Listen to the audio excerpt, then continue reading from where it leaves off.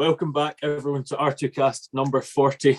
Today we've got Gareth Wyn Jones, but just before I introduce you to Gareth, I'm going to try and say good evening. Gareth is always saying good morning in Welsh, bore da, which I might have butchered as well. But I've done some looking up on YouTube, and I think good evening, this is obviously going out at 7 o'clock in the evening, is, here goes, Noswaith da? North? Am I miles off? Absolutely brilliant. You nailed it. Perfect. Well, I had, you'll know her well, I'm sure, Gareth Maynor Howells on the podcast last year. And I actually said the whole welcome to R2Kast number 10, and I did not nail that. But yeah, Gareth, if you want to say hello to everyone. Yeah, hello everyone, and looking forward to this little bit of a podcast and a chat. It's always good to get our thoughts out there, always good to share the conversation and open the discussion, and sometimes put petrol on the fire as well. Well, I think we will get into it. You're certainly one of the biggest petrol offerers to that fire, it must be said. But all in the right name of promoting agriculture and sort of de-promoting or demoting, shall we say, the anti-agriculture, of which there's a lot of out there, unfortunately.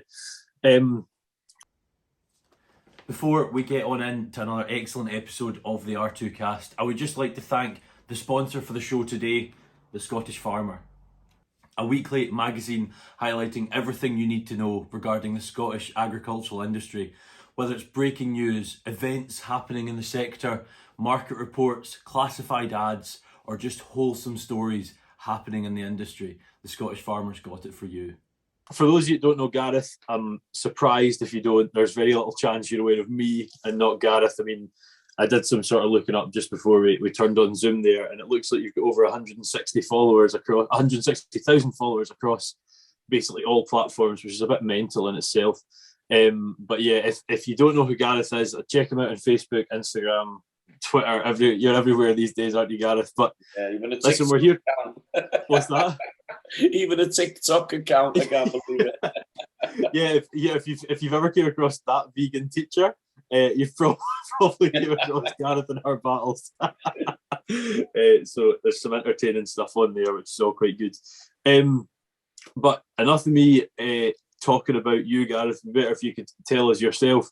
Could you tell us a bit about the farm you're on? It's been in the family for a while, and it is of notable size as well. Tell us a bit about that.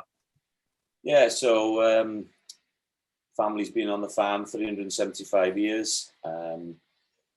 It's a family business. My grandfather started it, Old Jones and Sons. I still work for him. Well, I worked for him all my life, and I never met the man, which is quite unique, really. He had five sons, and the eldest son went to farm by himself. It's a long story, I won't go into it. And then he had another four lads that came together and came home to start the partnership with him. And after that, they brought four of their old children in. So there was 8 of us in the company at one stage. We're down to 6 now. My father's lost 3 of his brothers. My father's still here, and my one uncle Will. And then I have 3 other cousins as well. We've done about 4,000 ewes, 300 head of cattle, and we've got a caravan park as well.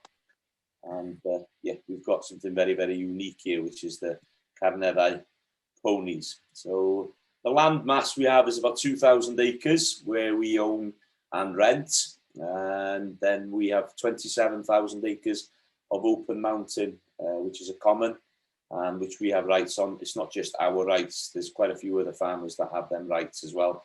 And the rights go from the ponies to the sheep as well. And it's a big part of our business, and we use the mountain and the rights, in a positive way. We don't overgraze, we don't undergraze. It's something that can be difficult some years, to get that balance right, especially when you're looking to tack land now. It's very, very expensive. Farming's always challenging, doesn't matter what you do. But for me, I love to grow my own veg, keep bees, train sheep, dogs, just little things. I do a lot of shooting as well. I'm on a syndicate, just a bunch of working boys, farmers, people that work on the gas, mechanics, and we all go out and shoot some pheasant, duck, and partridge, and have just a bit of a crack and go for a couple of pints after, and just blow away the cobwebs and just put the wheels to rights, and that's what life should be. I'm married to one. I'm a father of three. And my eldest son is at the moment working up in Glasgow on a Batman film production. That's what he does now, location management with these big film companies. I don't know where he got these connections from. No, who'd ever believe it? My middle lad, he's working with a drainage company, local drainage company in the village, Phil, and he's enjoying that. And my youngest, my daughter, has just passed the test yesterday, and she's absolutely buzzing, and she's gone through about 100 quid's worth of diesel already. So yes, I think she might be going into taxiing services in later life. So that's a little bit about me. I'm not going to mention the television work and the radio stuff and the social media stuff, because I'm sure you're going to ask enough questions about that. Got it already. I saw your daughter pass her driving test. Good stuff. I think we all just drove when we passed. But in fairness, 100 quid of diesel at the minute is probably about 4 litres. So it's in a bad way from that perspective. But I think we know where those contacts came from. I think that was his dad. I think that's where the contacts of the telly came from. But great stuff here. Might as well take advantage of what you've got. Some people have the opportunities and don't use them. You mentioned the Carnadai ponies, which I want to go into in a minute, but just before I forget, what breed of sheep are you running? So we've got the Welsh Mountain, which especially North Wales, Welsh Mountain are the best sheep in the world. Absolutely think they're fantastic mothers. They can transport grass and poorest grass into absolutely top quality protein, milk as well, and they produce plenty of wool. They're really good sheep. Again, bred for a purpose up here, the same as your blackies, the same as I think we forget sometimes that these animals were bred in the areas for that purpose, and the farmers and the shepherds would have utilised the best of them animals, and that's why we've got what we've got up here. So we run about a 500 lowland flock as well. And what we do is we sell about 600 draft ewes every year. And the ones that, maybe that got a broken tooth, one eye, not quite right, we keep them for ourselves, which sounds a bit crazy, but there's nothing wrong with them when we cross them for maybe 2 or 3 years. We put Suffolk, we put Chardonnay, we put Border Leicesters as well, and we keep them as half-breds, and we keep them on the lowland farm in Anglesey. So it's a little bit of a jolly mixture, really. I like to keep my finger in a lot of things, and I've really enjoyed the Chardonnays over the last 3 years. I was asked to get involved with the Hill Chardonnay Society and Hugh Roberts and what was her name? Amy Melton, and they all got me involved. And do you know what? It was absolutely brilliant, because in 2013 we had Chardonnay's big snow hit, and I lost a lot of them, and I went off them at that stage. But they brought these in, and I've been very, very pleased with them. And I've gone out and I've bought a few more after. And it's like everything else, I think we all have a good run, and then something comes and kicks you in between the legs, and you think, oh God, yeah, we'll change it or do something different. But I think whatever suits you, and if it suits the farm and it works for you, don't ever kick it, and that's the main thing. And just make sure that you're able to, produce something that's top quality. Yeah, and I think there's that fashion almost leads to trying to fix something that isn't broken, which is a silly thing to do, really. What were you running before the Charlies then? That was just in the last few years. Yeah, so Suffolk's, we had a few Texels as well. I won't go into them. Look, I think every dog has its day, and maybe sometimes you might not got something that suited you, and that puts you off them, and that's the way it is, really. I still think there's nothing like a. I know they're a little bit smaller, but bloody hell, they're so easy to lamb. They're up on the feet, they're suckling. Gone up there and it's been 3 foot of snow, and this little lamb will stick his head up and run off after his mother, and you think, bloody hell, yeah, maybe keeping more of these would be an easier life. But I think you have to have that little bit of difference in your business as well, because the earlier lambs going off, they do pay well. We try to fatten everything off the grass and use as little concentrate as possible, because I think grass is the biggest provider that we've got, and after being in New Zealand and seeing the way they utilise it out there, I think we've got a lot to learn from them as well, and genetics and stuff. And but just producing that stuff, especially with a low carbon footprint with the grass as well, it all helps. Yeah, I think we could do well from borrowing a few pages out of New Zealand's book. Yeah, no, absolutely. And like you said earlier, you're saying there's nothing better than a Welsh Mountain. You're on the Welsh Mountain. That's what they're, as you said earlier, that's what they're for. Like, we try and I'm not sitting here calling out Scottish black faces. We have them ourselves, but I think the breeders have taken away from what the Scottish blackface is, and Welsh Mountain, that doesn't seem to be something that's been hit too hard, which is good to see. Yeah, we've got some really fantastic top producers, that produce the top end rams, and that's a circle of people that will be buying. But we're commercial. I don't go out and spend 30 or 40,000 on a ram. I try and get more for 300 or 400 quid. But when you're buying, 25 and 30 of them every year, you'd be crazy to go out and. But then I still want to go there and buy a ram that I like, that takes my fancy, that has got that little bit of a je ne sais quoi that is going to make a little bit of a difference. My father's the same. We go together. My uncle used to as well. My cousin now, and everybody's got a little bit of a different taste. So you're quite lucky, really. We're buying a little bit of everything sometimes, and then when you bring them home and put them to the ewes, especially. We keep about 100 of the best ewes and put 2 rams with them, and we'll look at them, and then we take them to our local shows, and it's a bit of banter, it's a bit of fun, but it's nice to produce something that you can be really proud of. Oh, 100%. And how many ewes are you putting a Welsh Mountain top to? About 3,500. No, how many each? So I was going to say, Christ, they're good. They're not that busy, no. All depends on where they are. So we've got like bigger areas where we put a few more rams on there. So I would say 1 to about every 70 on average. Right, pretty high. Yeah. No, good. And jumping over to the cattle side. The Welsh, What's that? They're busy boys, the Welsh. Yeah, we don't need to get into that.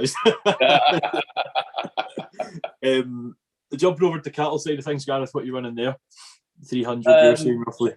Yeah, so we've been running a limo bull. We did have a blonde bull for many years, but just we've gone back to the limo. And this year I've pritzed a few, because we were buying in heifers every year. I've gone from the Continentals, as in breeding mothers, into more Herefords. I've just had a few lucky escapes, to be honest with you. My father's getting older, and I just feel that you only get killed once in this job. So we've gone to the Herefords. Mind you, I've had one that's been a bit feisty last few days, but that's it comes with the territory. Your cows, you just got to be careful. So we're moving over to the Herefords. We will cross them with the limo. To get that store cow or, fat cow. We don't fatten all our cattle. Some are going in stores. So we just see on the season how much grass we've got. And if we can finish them, we finish them. If we don't, off they go. And sometimes, to be honest with you, the stores pay better than the fat. It just all depends on the season. So we keep them all till about 28 months anyway. We run them through, keep them here over the first summer. So most of them are born in the spring. And the centre, then we've got 220 acre, which they call the Frithod. It's like an intermediate land from the lowland to the common mountain. Right. So they're there for the summer. We start in calving now, and then we go through to about May, and then they'll be up on them Frithod till about November. Bring them in, and then we wean them, and then calves are kept on one farm. The breeding cows come here, scan them again, and then we just see anything that's empty, it goes. We don't keep anything that's empty. We've come to the conclusion, you've got to be, I know it sounds a bit, cutthroat, but keeping an empty cow for another X amount, it's just not financially viable. So you're really playing catch up for the next two calves, Exactly. Yeah. And your first loss is your best loss sometimes. So then the centre, some land we've got in Conway then for that summer, and then the summer after they'll go to the land we've got in Anglesey. We've got 400 acres there, and they're kept there then until they're sold to stores or they're finished off. So it's a good rotation, and we're able to move them around. And you know what, I've got to say, I love cows, and I'm not in that kind of stupid way, but what they give back to the farm, what they really give back with the manure over the winter. So once we've had the silage here, we'll have a load of manure, and then we put that on the. I think sometimes we lose that, especially if you're keeping quite a lot of sheep. The cattle balance it out, and you can see the difference where the cows have been on the intermediate land compared with just the sheep. So we try to move that around. It's just mixing your farm and knowing the soils and making sure that you're feeding it in the right way. And I think cows are a big part of that. Yeah, and they play into that whole circular economy, which the let's say that aunties completely forget about. They think methane, that's it. They don't look at the fact that we're putting, fecal matter back into the fertilizer cycle, and it's a good system, and it's why we all find ourselves promoting red meat. It's not just because we have it; it's because it makes sense. Which we'll get onto probably at some point anyway, Gareth. But one thing I really want to mention is you mentioned the Carnidae. Am I saying that right? Probably wrong. Ponies. Yeah. Which is, for those of you listening, it's quite interesting, this stuff. I first spoke to Gareth, probably not last October, but the October before, best part 18 months ago, and you mentioned this. I was quite taken aback by it, and I've done a lot of background reading onto them. So could you tell us a bit about the famous and majestic looking in a lot of your photos ponies? Yeah, so again, my family's been custodians, guardians of these ponies for over 375 years. There's 220 breeding mares left in the world, and they run semi-feral up here on the Carnidae mountain range, which is 27,000 acres. They go back to the Celtic times. So when the Romans were building the road up there, the ponies were there, and they're steeped in history, and I always say they're a part of Welsh living history, and they would have roamed all over Wales and most probably into England and maybe up into Scotland and down to Cornwall at some stage. And, because of their financial viability and people taking more farmland, they just withered and died and people didn't keep them.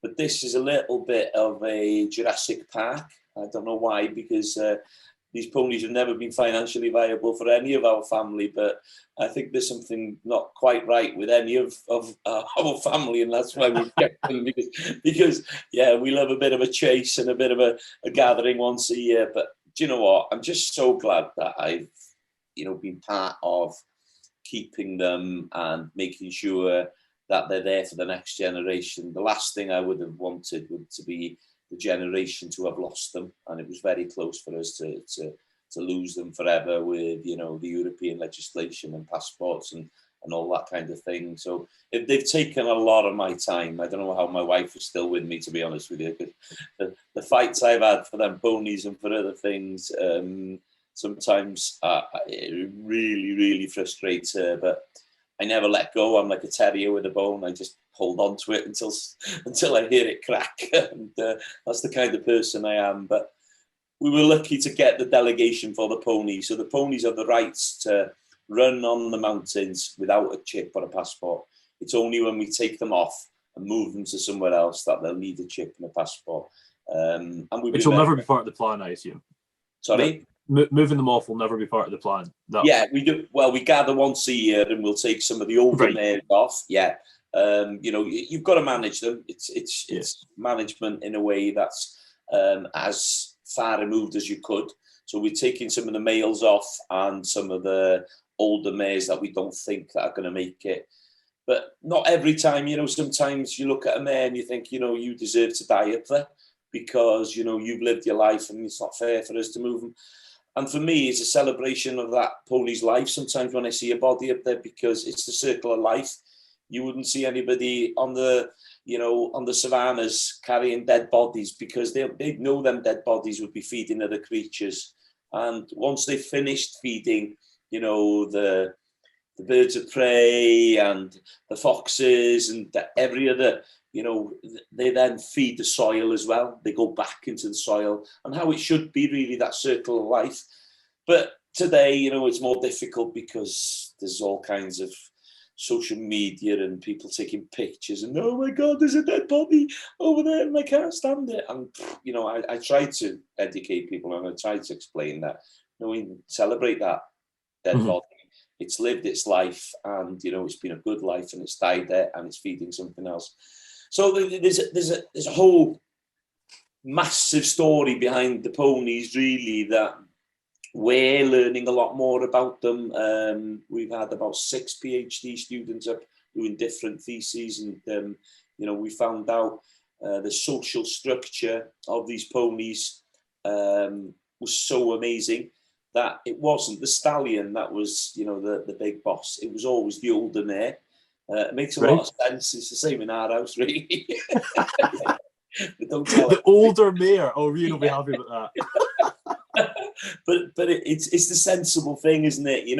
It's the old mare that would know where to take the whole herd during the snowstorm, or if there was a problem. And these are the things that you understand as you go older, and you're taking more interest. I do anyway.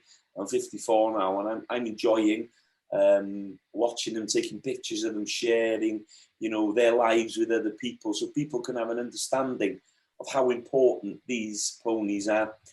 And there's another thing that we couldn't quite understand at one stage was there's a lot of chuff here, a brand goiscoch they call it. It's a very rare crow, and I love it because I'll sit out on the front veranda there in the summer having a coffee, and they'll fly from the quarry, and the direct route is right over my house, and then they head for the mountains just behind me, and you can hear them calling.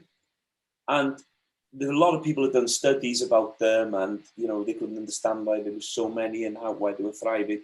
But one of the reasons is because of the ponies, because the ponies are grazing differently to the sheep, and we never give them any injections or wormers, and so they're totally organic. So of course they're eating the grass and they're pooing it out the other end. But once that poo's on the ground, all kinds of invertebrate go there to break it down. So all these insects and invertebrate are breaking it down, and that's feeding the chuff. And that again, is another circle. Another circle maybe 10, 15 years ago we wouldn't have understood. And it's nice just to hear it and see it. Okay, it comes from professionals and scientists, but then, some hillbilly farmer can tell that story because, it's there in black and white. But getting that research to back it up, and you can know exactly what you're watching that night when you're sitting with a beer as they fly over, what that means. Like that, there's merits to that. And the whole, it's not nice to see a dead animal. It goes against what those people stand for. They stand for a natural lifestyle. They stand for whatever. And there's nothing more natural than dying where you've spent your entire life, and then going into that ecosystem as fertilizer, as nutrition, as whatever. Like that, it's perfect, really. But yeah, there's going to be detractors and everything, isn't there? Do those crows cause any issues with lambs, Gareth, or no? No, they're No. very, very small, to be honest with you. Right. They're lovely. Just have a look at them. They've got red beaks and red legs. They're absolutely beautiful, and they've got a very distinctive call. I'll try and give you the call. That's how they sound. Oh, okay. Yeah.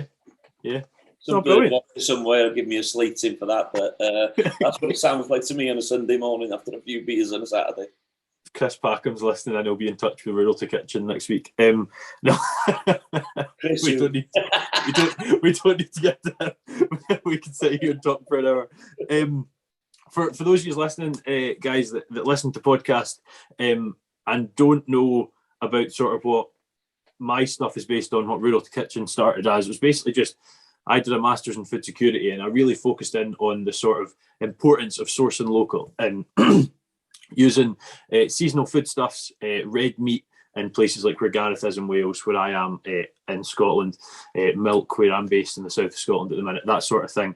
And Gareth does this fantastically as well. He mentioned he went through a few things that he does earlier, and one of them was that he's got bees, he's got veg as well, and it's good to follow Gareth as well. He shows a lot of what happens when on that calendar, and I've always really enjoyed it. But could you tell us about the bees, Gareth? I've always been interested in bees and wanted to go for it. And my mum did try at one point, and she got a sting, and she was heavily allergic. But yeah, did you choose to put bees on it first, or? Bloody hell, no, nothing to do with me. Right, okay, got you. So the wife went on a bee course to a local, a university it is. It's called Henvas, and they do like courses there. And she had a friend in the village to help her, and she kept 3 hives. And then she was stung one day really badly, and she says, "Oh, we've got to get rid of them." And that's the time that I took the hives over. And I'm very lucky now. I've got a lady, a Russian lady that moved to North Wales. Zina. And she's in charge now, so she watches after the bees and the hives. But I think, again, they're very, very important. They're part of our ecosystem. We forget sometimes, that without these bees, we'd have nothing. Mm-hmm. These pollinators are so important. And I love home-produced honey on my porridge in the morning. I just absolutely love it. And at this moment, I couldn't tell you how many pots we've sold for Zina. She has a lot of hives. I couldn't tell you how many, but she's got a lot of hives in Conway and in the surrounding areas. And so what she was producing then, I put them in my honesty box there. So she helps me and I help her, and that's how the agricultural system works, really. And I think, again, that's important, that we can have people, with a skill set. And she has got a really good skill set that she's brought from Russia with her. And that's what we've maybe lost a lot, of that skill set. She's been making woolen rugs for me. So I've been shearing the sheep and giving her, because yourself, 16, 18 pence per fleece. So I was giving her the fleeces, and she's made an amazing woolen rug to begin with. Now she started her own business, and about 2 months ago, she finished a jumper for me, a woolen jumper, which has been worn by everybody. I can't even go for a pint. Everybody wants to put it on. It's like, I think that jumper's getting more famous than me at the moment. But it is, yes. I asked Rian if the jumper could come on instead of you, but he said I'd be you. Maybe the jumper would have more sense. But it's a great feeling, It was an absolutely amazing feeling. I've always wanted to do that, to leave that sheep on the mountain for 12 months, to bring it off, for me to shear it, and for her to make something that I can wear on my back, to go back on that mountain, warm, waterproof. I'm not saying it's, 100% waterproof, but I was in a really good shower the other day, and I thought, I'm going to go out here. I won't be able to move because it's a heavy jumper anyway. But you know what? It wasn't bad at all. It wasn't bad at all. I came home, I had to dry it, of course, but there's so much more to wool that we have forgotten them skills that we need to bring back. The rugs she's making at the moment are truly flipping amazing. She made me a pair of socks as well, and they're like slippers. Yeah, felt their wool, so they felt the bottoms, and then they make a shoe out of it. And I was looking at some stuff, and they can take you to minus 40 degrees. These shoes, made out of a natural material. Let's bring them skills back. Let's add value to them products we've got, because we've got millions of sheep in this country and we're giving the wool away. We have to utilize it. We have to start to promote it, but we have to wear it ourselves. It'd be no good for me to sit in a fleece saying that, but I've been able to find somebody and other people that are coming in on board and getting involved with it. And that may be a big driver going forward. I've been talking to Cool Wool, or Wool Cool, and they do insulation and they do packaging. So hopefully this year we're going to be supplying them with our wool. I've just built a shepherd's hut, well, my mate has, Pedro, and we've insulated it all with wool from there. And honestly, it's amazing, absolutely amazing. So I'm trying to live that life as well, not talk about it. I'm trying to live it as well. Yeah. No, excellent product. I mean, I've seen you do this as well. We do it at home, use it as a sort of membrane for crops. Yeah. Keeps your moisture, keeps your temperature in brilliantly. What a lot of folk don't know is wool sits about 45 to 50% carbon.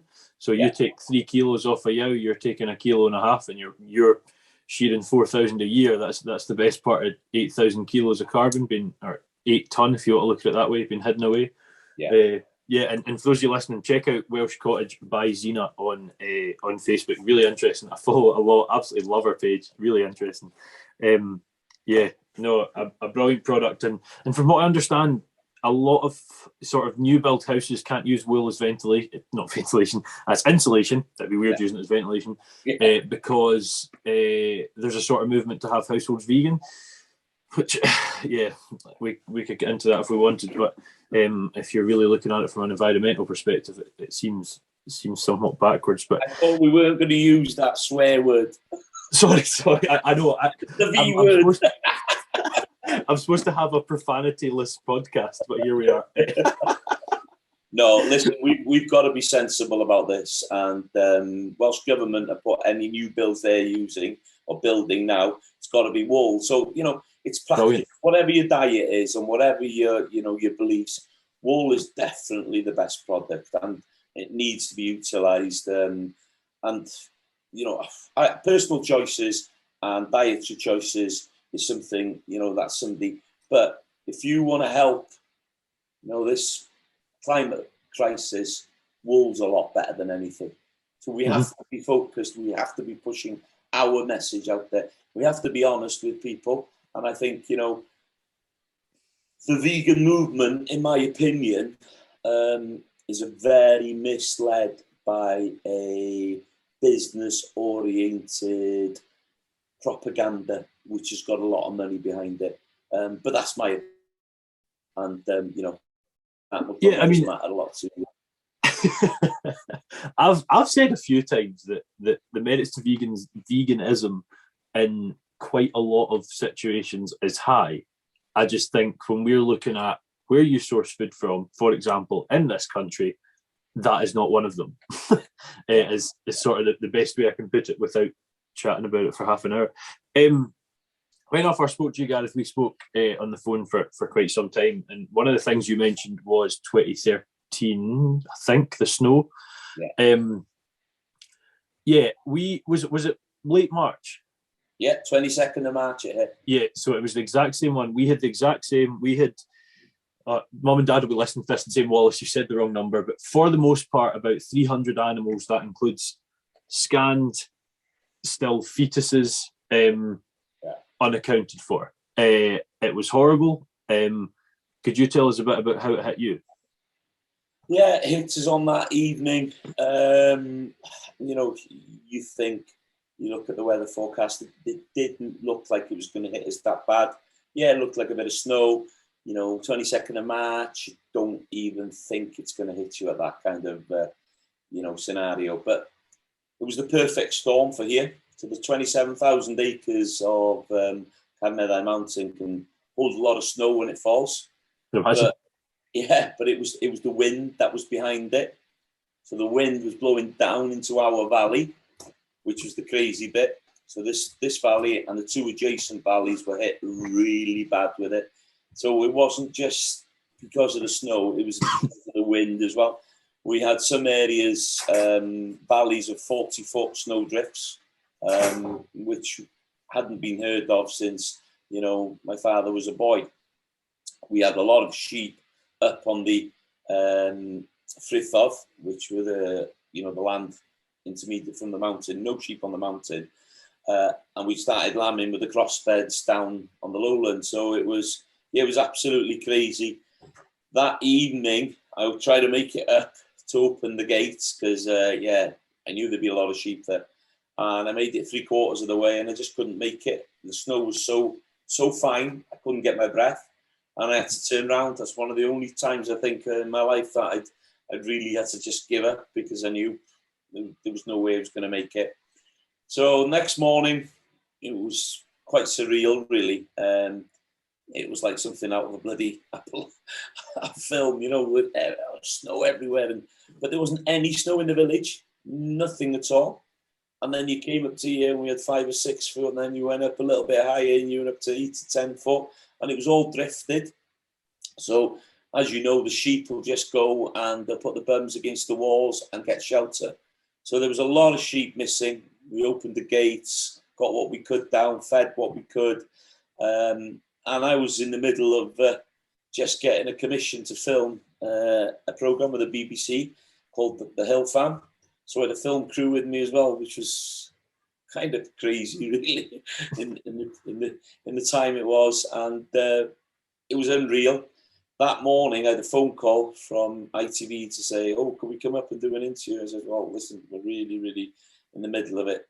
If you come literally snowed under. Yeah, you're just going to follow it. And that's what it was, And I did about 6 or 7 different TV channels over the next 2 weeks. And it was just a massive game changer for me.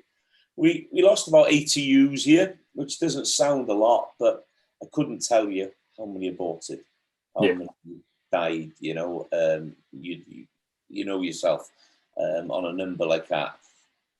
You tended to bury your head in the snow so that you didn't know what died, and just, try to make the best out of a worse situation.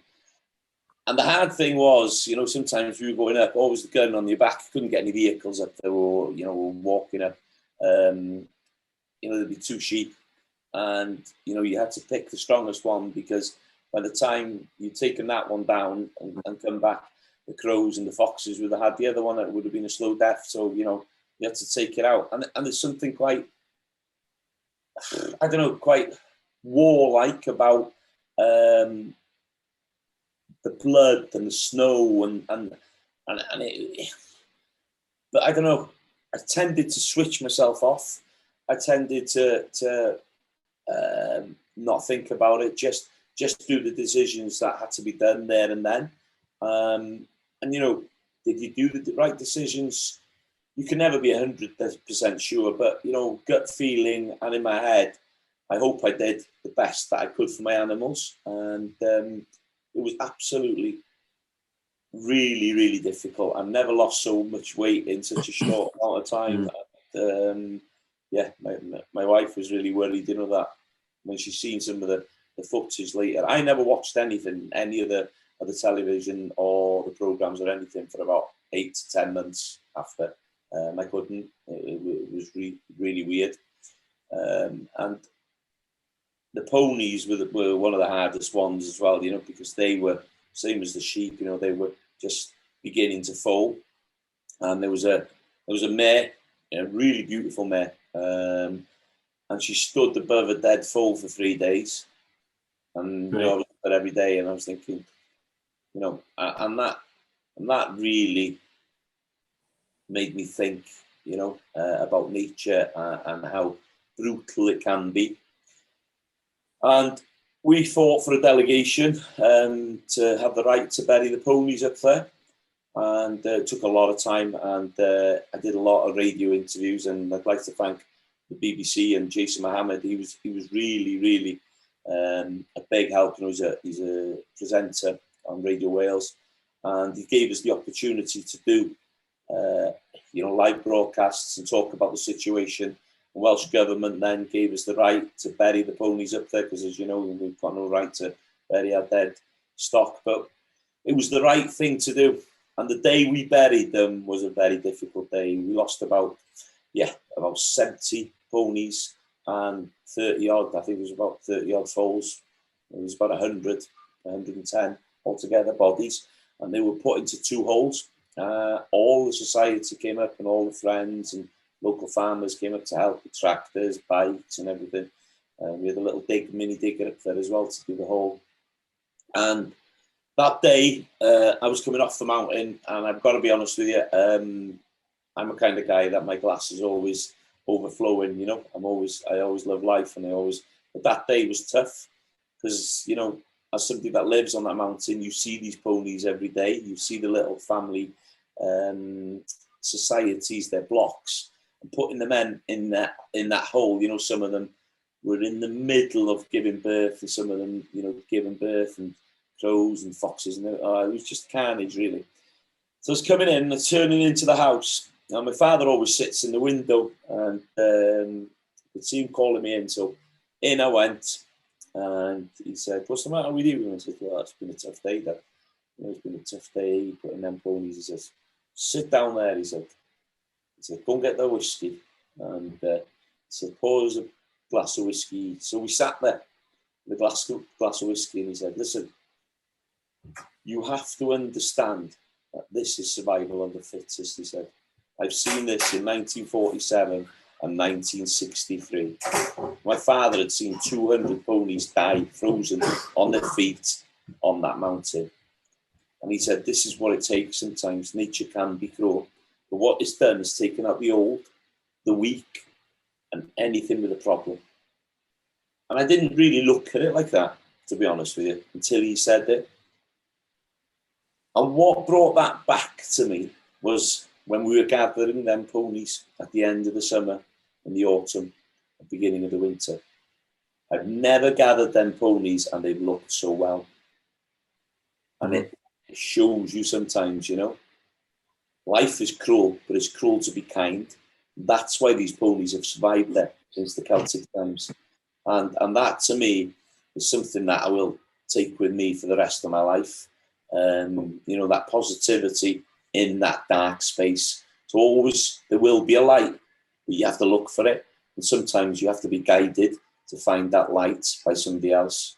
And that day was my father that, gave me that light, so I could see there was a positivity in that death and destruction of the day. Yeah, quite a good, solemn story, really. And yeah, quite a good message from your old boy. It's. I think we look at management of stock and management of everything and breeding and looking at the sort of science of it. And as no matter how far that science and research goes, it will never be as clever as nature. And that's not taken away from that science or research at all. That's just nature's billions of years old, and it knows what it's doing. Very interesting that they were in the best shape they've ever been in. Come that gather. I hope you've kicked your feet up and got comfy and enjoying another fantastic episode of the R2Kast with another really interesting guest. I would just like to quickly take another second to plug the sponsors of the show today, the Scottish Farmer, and I would strongly advise you to go out and pick one up this week and see even more of the fantastic people that are in our industry. You mentioned TV a couple of times there, Gareth, and you're not someone that is not used to the silver screen. Family Farm, the Hill Farmer. Yeah. Can you tell us a bit about how did that sort of stuff start? Oh, yeah, crazy, really. It started in, I think it was 2005. I did the first thing. It was called Big Country with the BBC. and they were following a year in the national park, and I was just a piece, a bit piece in that as we were setting up the first Graziers PLC, and really enjoyed it. And one of the guys that were filming there, producer, cameraman, said, "Well, yeah, you're pretty good. You're not phased with it," but it was just somebody sticking something in front of me, and I was just speaking what I thought. I'm not the type of guy that gets nervous. If there's one thing I've learned is, my old man says, speak to Prince Charles or the guy that's brushing the roads in Llanfairpwllgwyngyllgogerychwyrndrobwllllantysiliogogogoch, and the same, and I've had the opportunity to do both, so I know that feeling. Then in 2009, we did a Welsh program called Fferm Factor, and it was 10 farmers going head to head to win an Isuzu pickup, and it was the biggest piss up I've ever had. We travelled around Wales doing crazy kind of things, and it was the first Fferm Factor they'd ever done. They'd had the idea from Ireland, and it was just a absolute buzz, and I loved it. But this is how fate works, and this is the crazy thing. So the girl that was researching and working on that phoned me up about 12 months. I didn't win the pickup, by the way, came fourth.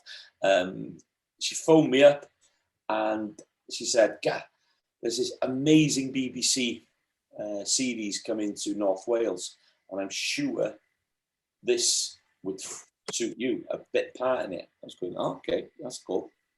She said, "But you'll have to do an interview." I said, "No, yeah, you have to do an interview." So there was an interview in the place called the Gallery in Carnarvon, it's a beautiful building, and very, very posh, and where all these people were going to get interviewed. Of course, the production team was there. So off I went. I'd seen a few people that I knew there, so I thought, right, these must be trying for the same job. So in I went to this room, and there was a guy quite similar to you, had a beard, and looked a bit miserable. Not I'm saying that you do, but a good-looking gentleman is what you mean. Yeah, that's the one. And he had these two very attractive ladies on either side of him, and they just asked me questions. So it was a program called Snowdonia 1890. The BBC were taking two families back to that period in time, and I was going to be, if I got the job, the shepherd on the 1890, and the adjacent farmer who'd be helping them. So they were giving me lots of different questions. And then he popped up with the last question. And this guy was so dry, he not smile or nothing. And he goes, I'm asking everybody this. He said, if I gave you the job of the shepherd for Snowdonia 1890, what would be your biggest downfall for that period? Well, I just thought, and I went, well, I think I'd be too good looking for the era, I said, as a joke, Well, the two girls nearly fell off their chairs laughing, but he didn't even smile. It was deadpan. And he said, yeah, we'll let you know in 2 weeks. So I came out of there. I nailed this interview until I had to mess it up right at the end. And that's kind of me, that doesn't matter how serious I am. I've got to have a little bit of a joke and a little bit of a laugh with things. That's the way I've always been. So I came home and I said to the wife, and she was so excited. And she went ballistic. She went, "That's you all over. You do everything right and then you mess it all up." And I was going, "Oh, okay, right." But 2 weeks down the road, and the phone call came, and I had the job. And do you know what? It was an amazing experience. I was only supposed to do 5 days on it, but I did 19 days. And I was a big part of the production and loved every single minute of it. But it taught me something. It taught me the power of television and how much you could make a difference by sitting in a little box in somebody's living room. And that really made me think that I needed to push more of what we do into that little box. As somebody that was, quite outspoken, quite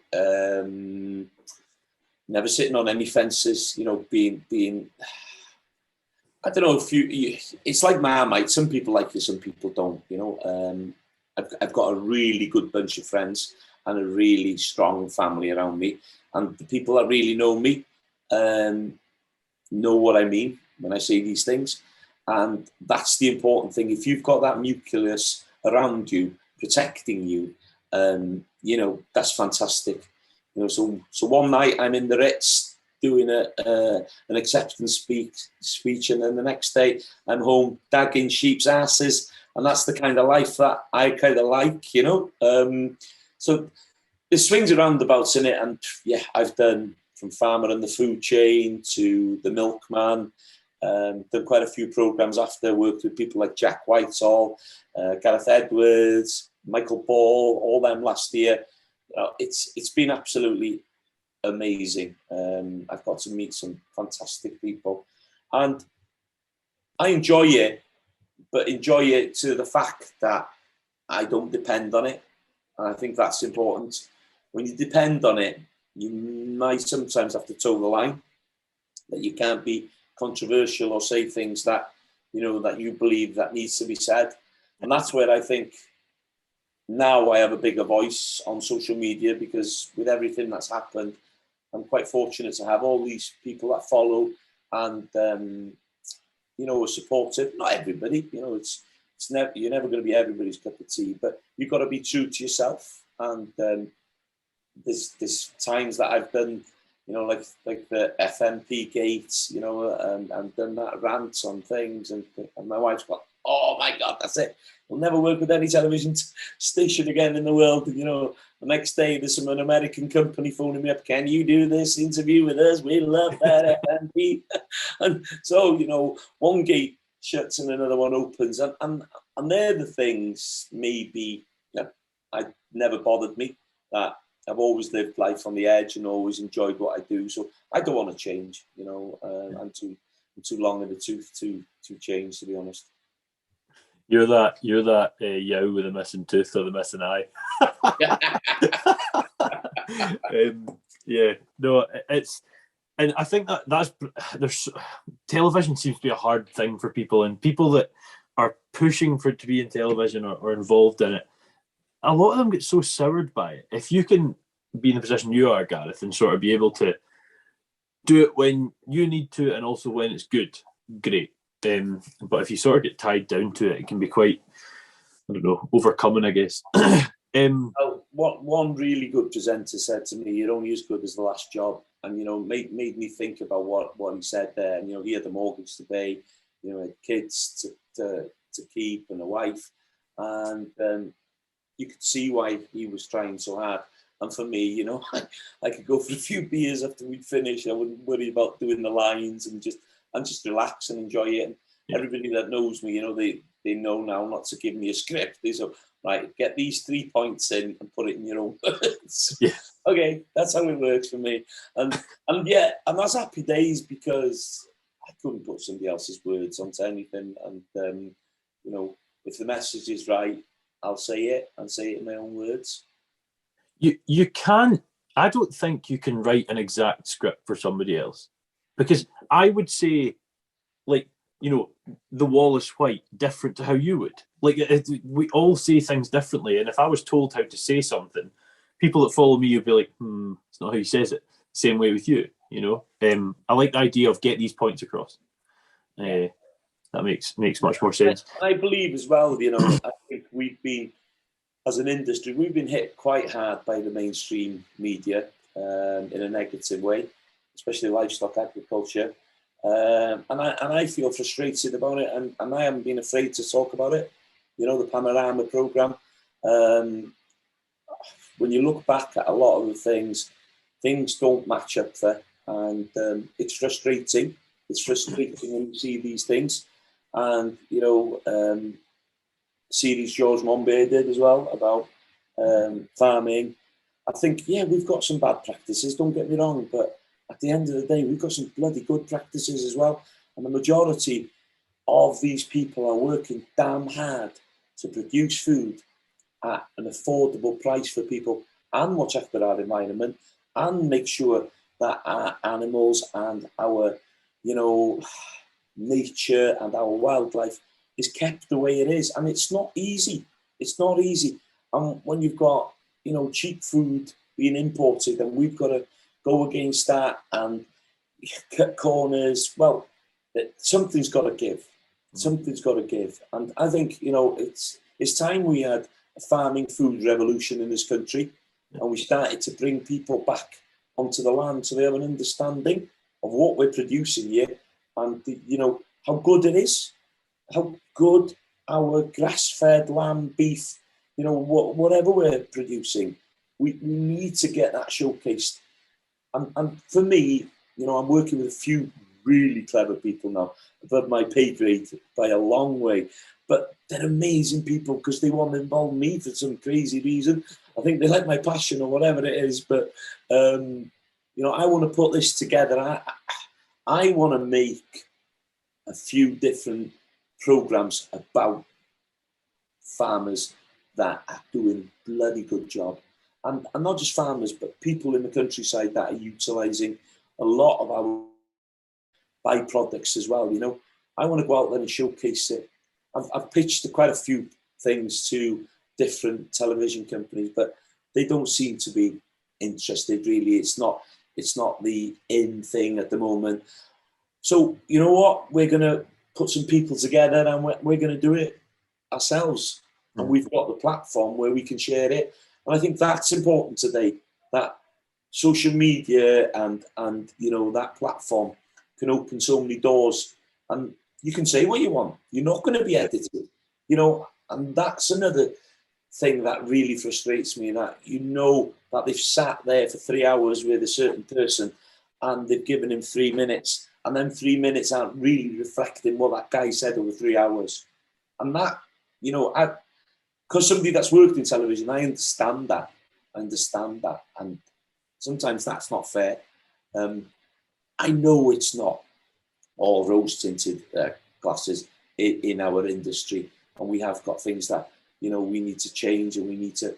But 99% of the people that I know in this industry, bloody there, and working hard and trying to do the best. And to have a hard time after, especially these milk boys with a program like that, it's got to be disheartening.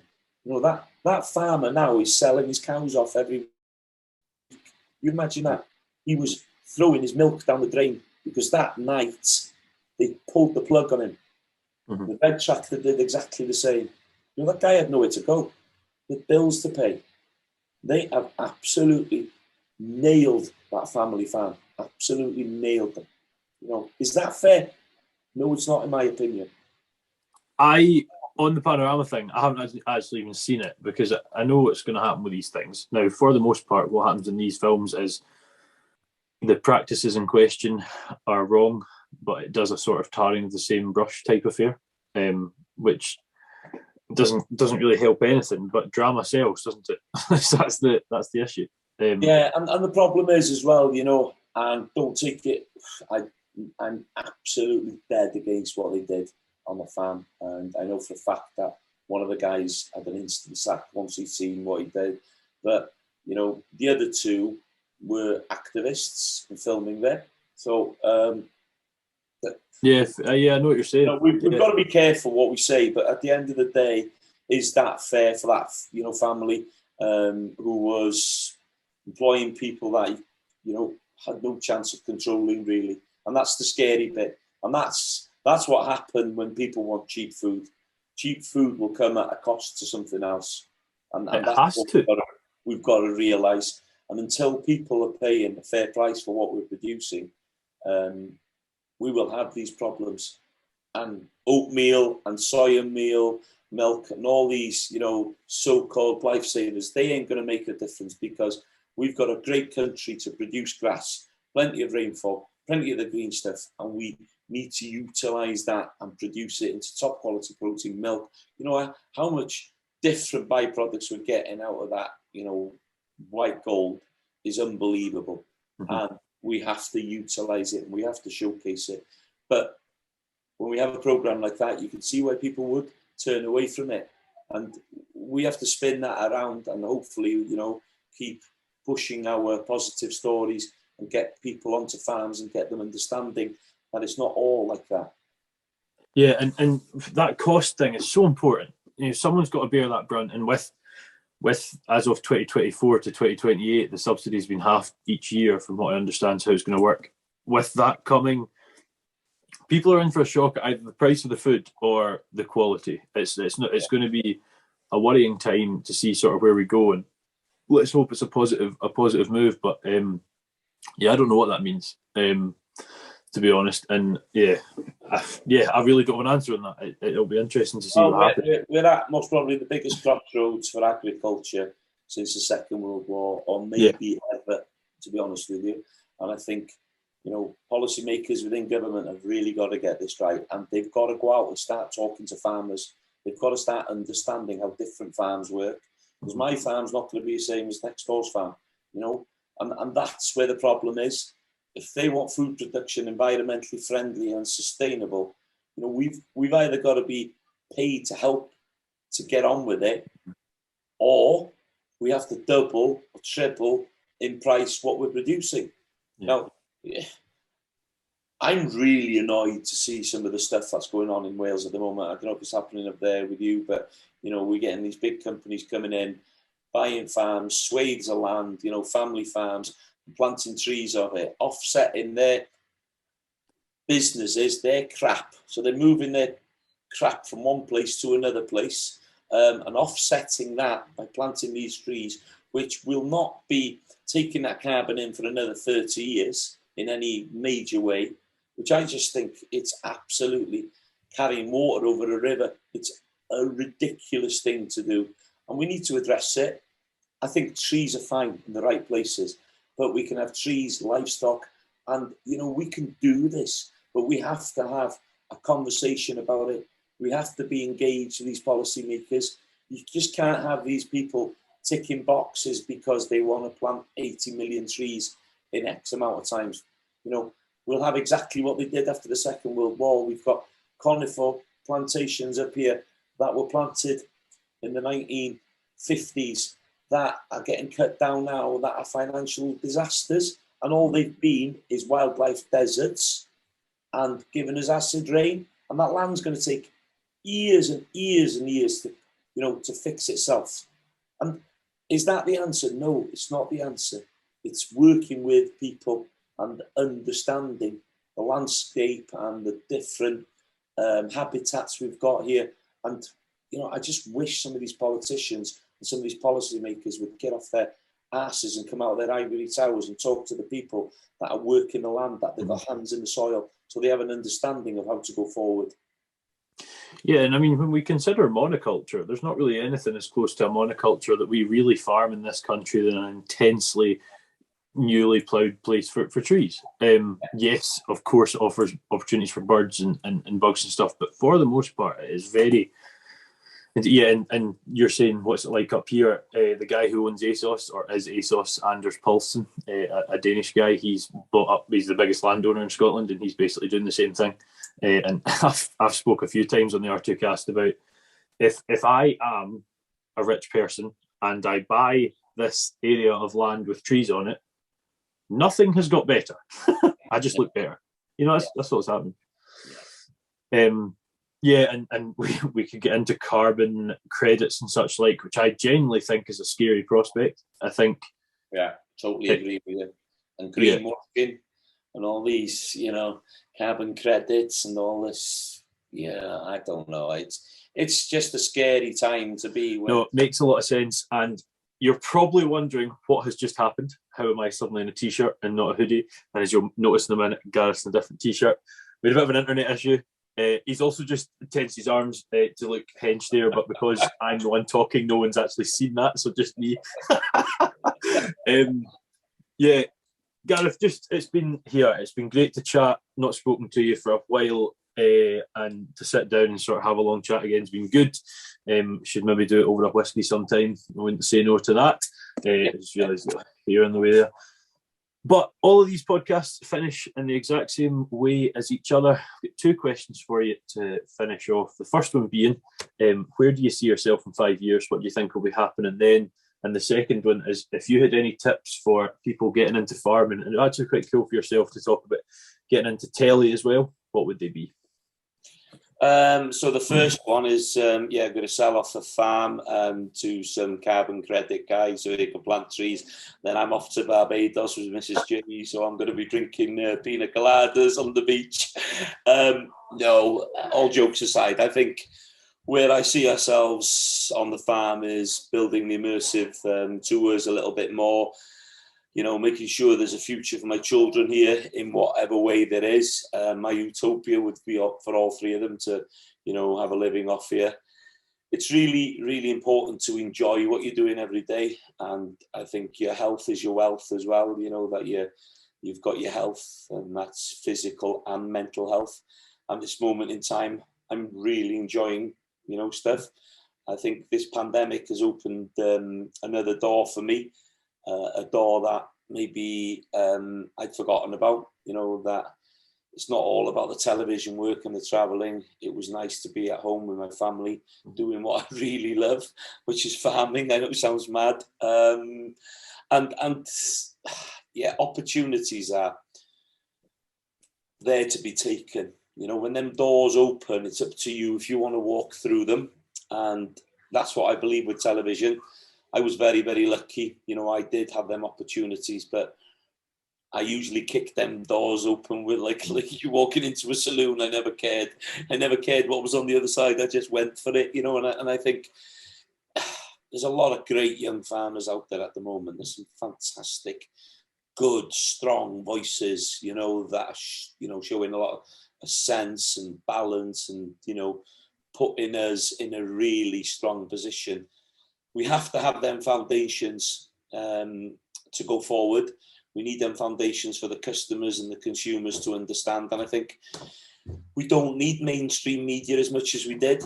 We've got our phones in our pockets. We've got YouTube. We've got Facebook. We've got Twitter. We've got, TikTok and Snapchat and all these platforms that we can utilize. And every single farmer has got a role to play. Every single person that lives in the country has a role to play. Over 80% of people live in cities now, and we need to reconnect them. We need to bridge that gap and bridge it in a way that's educational. And I think as well, it needs to be a little bit of humour in there, and sarcasm, but as well, they're not our enemy. They're our friends. And I think sometimes people, not all people, but some people are more to pity than to blame, that they've been sucked into a misleading propaganda machine that's, just brainwashed them. And Himmler said, you tell a lie enough times and people will believe it. And I think, the stuff that's been coming out of a lot of mainstream media, a lot of newspapers as well, has been very detrimental and hasn't helped us, especially in the livestock sector. And I think we have to channel that now together as an industry, from the uplands of Scotland to the lowlands of East Anglia. All farmers need to pull together and make it one voice. We need unions. We need the unions fighting our causes. We need to be pushing our MPs. We need to be talking about seasonal, sustainable, environmentally friendly, and we should be growing more of our own food.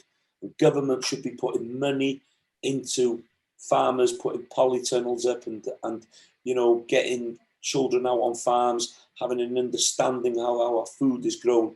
And whatever your diet is, we can feed you. We have to remember that.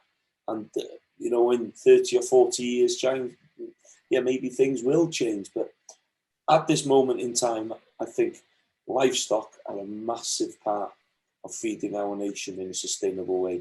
And we need to get that message out there, that we need a good balance. So that farming food revolution is ready to roll, I reckon, and we should be all getting behind it, all putting our voices to it, making sure that we engage with our consumer and customers and with politicians and the people that are making these policies. Yeah, absolutely. And I mean, you're well known, Gareth, to sort of talk out against negative education like that impacts agriculture. But I think even the more worrying and maybe more scary one is the sort of lack of education. You're talking about getting the information to kids and education and that sort of thing into schools. And one thing I've said on the podcast a couple of times is a person that I'm aware of, a wee boy, was given some eggs, and they basically, his mum had picked up some eggs from the farm next door. This is a completely true story. And he said to his mum, "Oh, I don't want the eggs from a farm. I want them from Aldi." And like, that's funny. We can have a giggle at that. Yeah, it's adorable. But when you look into the, what that means is actually quite worrying. That idea that these supermarkets just create the food, and that's the buck stops with them. But yeah, there's great companies out there getting information into schools. Countryside Learning in Scotland and RET up here are two examples of that. I'm sure you've got the same type of thing in Wales, and it's brilliant. Tips were good. Basically, just if opportunities come up, say yes. And I couldn't agree with that more. I think some people are sometimes like, "Oh, I never really get the opportunity," and then when a big one comes up that they're maybe nervous of getting wrong or whatever, they're like, "Oh, I'll wait till the next time," and that next time might never come. So just always open that door, see what's on the other side. But one thing I just wanted to ask, because I actually meant to get into, and given we're filming this now 24 hours later, I had forgotten it. Your immersive tours, what do they involve? Everything and anything that people want, to be honest with you, Wallace. But it started about, I think it's about 7 or 8 years ago. It's a company called Rick Steves.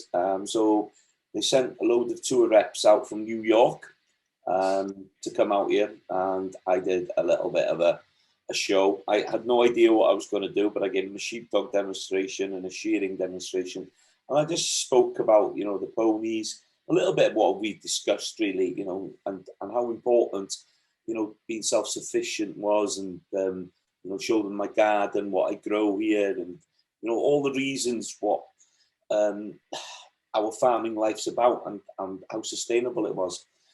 And yeah, first month we had a phone call of a lady called Lorraine Dinneman.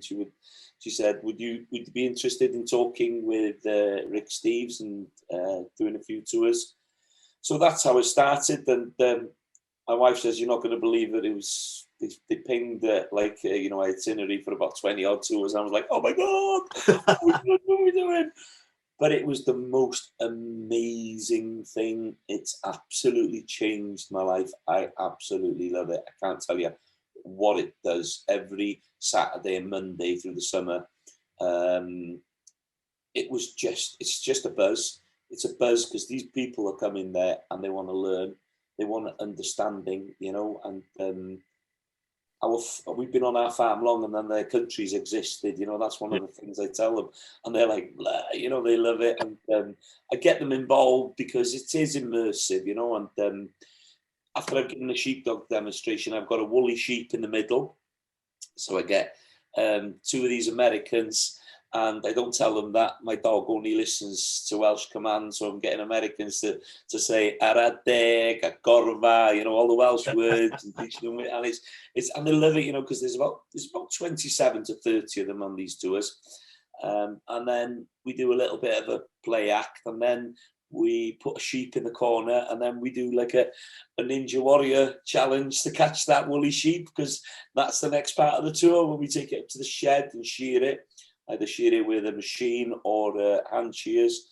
And, I talk about wool sustainability and give them examples of, how important wool is, like we spoke earlier. And it's just really educating these people. And my daughter came up with a brilliant idea. It was about 2 years into the tours. Some lady was a weaver and she wanted to take some wool home with her. And the wool was a little bit yellow, so it was a little bit pissy. my daughter was going, "I can't give it to her." And the woman was fine with it, I said, "I've got to give you something." And my daughter was going, No, you have it. You have it. And she said, No. So she gave my daughter £5. And my daughter came in that evening. She said, "Oh my God, we got to do something with wool. Look, so excited." And yeah, they came up. She did a little owl to begin with, but there was so much work felting it. You know, it was intricate. And then she came up with this great idea of making Welsh woolen hats. And if you Google Mary's Welsh woolen hats, they've gone global, so they went everywhere. And we sell about 15, 20 of these hats at £10 each every time that we have a tour. So that's another a bit of a joke in our house. She gets more money for her little Welsh woolen hats than we get for the whole wool clip of 4,000 units, which is unbelievable. But I think, you know, there is something in that story that, you know, if you utilize your products and add value to it, you can make things and, you know, make a difference. So that's been great for her. You know, she's put enough money aside to help her with her university now, and she's going next year, or this year, sorry. So, you know, every little, well, one supermarket says every little helps, doesn't it? So, you know, when you put these other supermarkets are available. Yeah, when you put these tours together, then we utilise smaller tours. So we work with Dream Escapes and Cambrian Tours. So we work with about 7 different tour companies now. So we will get 4 Americans coming and we will do exactly the same, but we've got the little Honda Pioneer and I take them onto the mountain. I've got a 30-seater Bailey trailer as well, sitting in the yard, which I bought the week that shutdown came, lockdown. So it's only ever had one job, and that was on some farm somewhere. But that's beside the point. You know, we're ready to go. We start, we're starting this month actually, so we're ready to rock and roll now. And we utilised some of the tours because what we found was Americans wanted to taste the food. Right. So I said to my wife, we did about 4 the first season. So we were cooking lamb shoulders and lamb legs. But let me tell you, Americans aren't big drinkers. So we had a lot of, you know, Welsh wine and Welsh whiskey and Welsh beers. They hardly touched it, but they scoffed every single morsel of my Welsh lamb. So I had to think of a better idea because it was starting to get expensive. They were eating more lamb than what I was making. So I had the bright idea of taking a few old ewes, mutton, and then that's what we do now. We've been doing it for 4 years. We make mutton burgers, and I tell them the story of the ewe comes to the end of the life cycle and she goes off. We mince them, we make burgers, and they absolutely love them. So we're able not to be as expensive with them tours.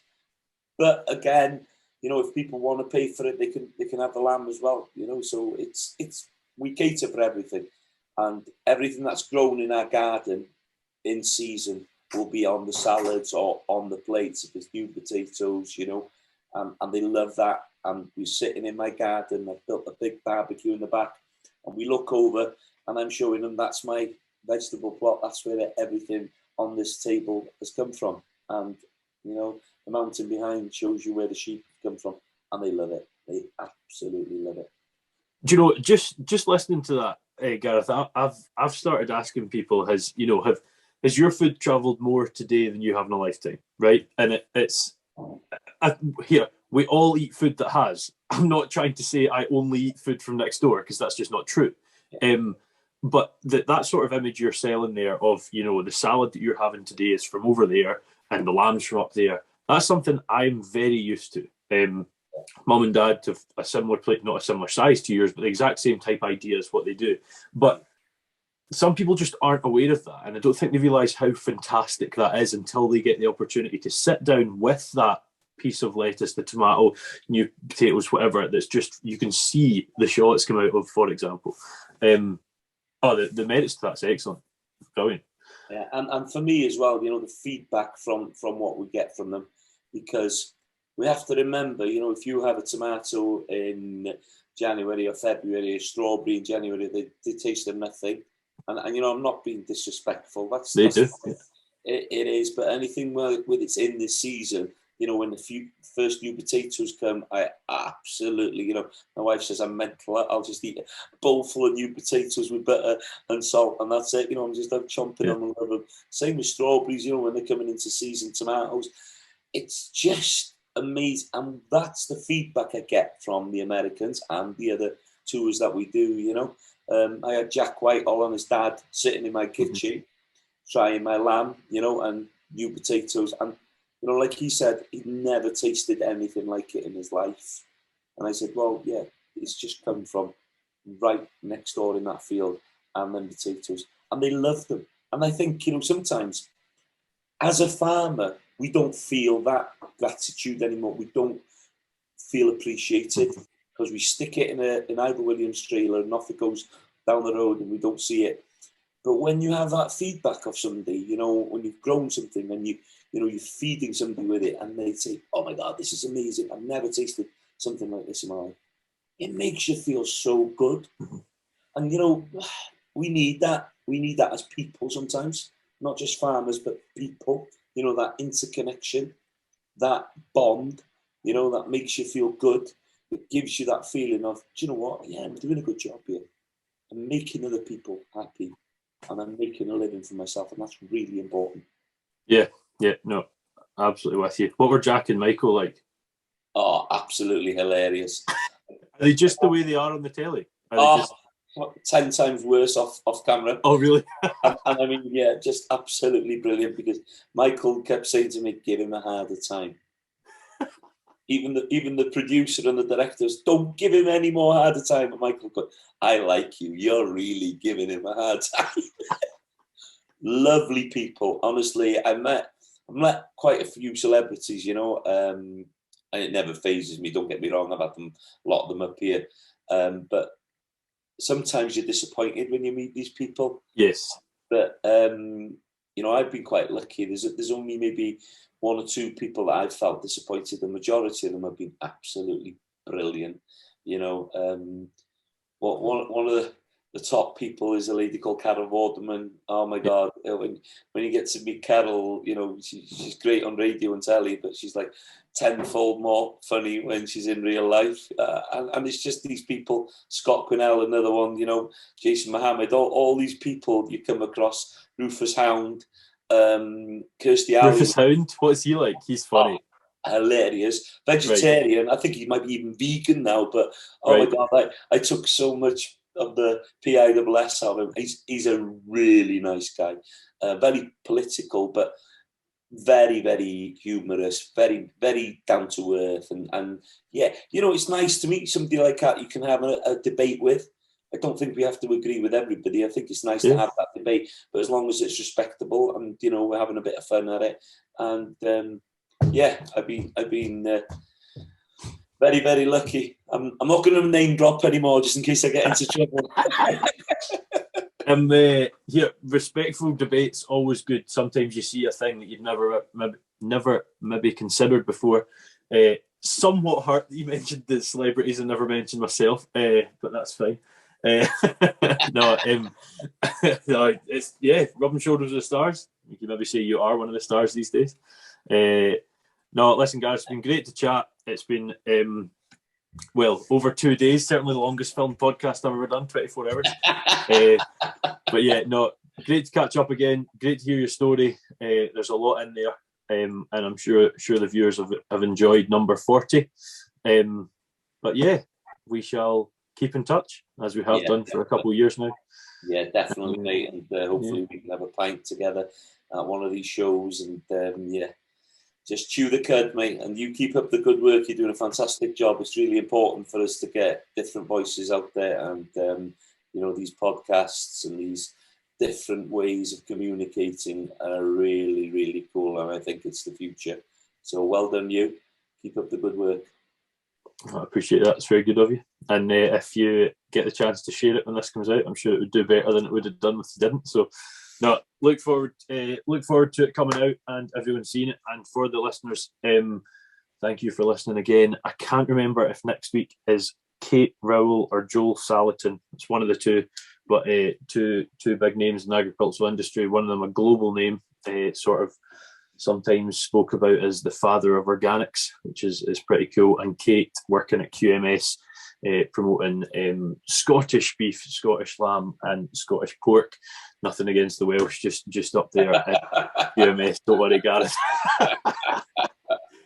So we'll see you next week for another one. Catch you all later.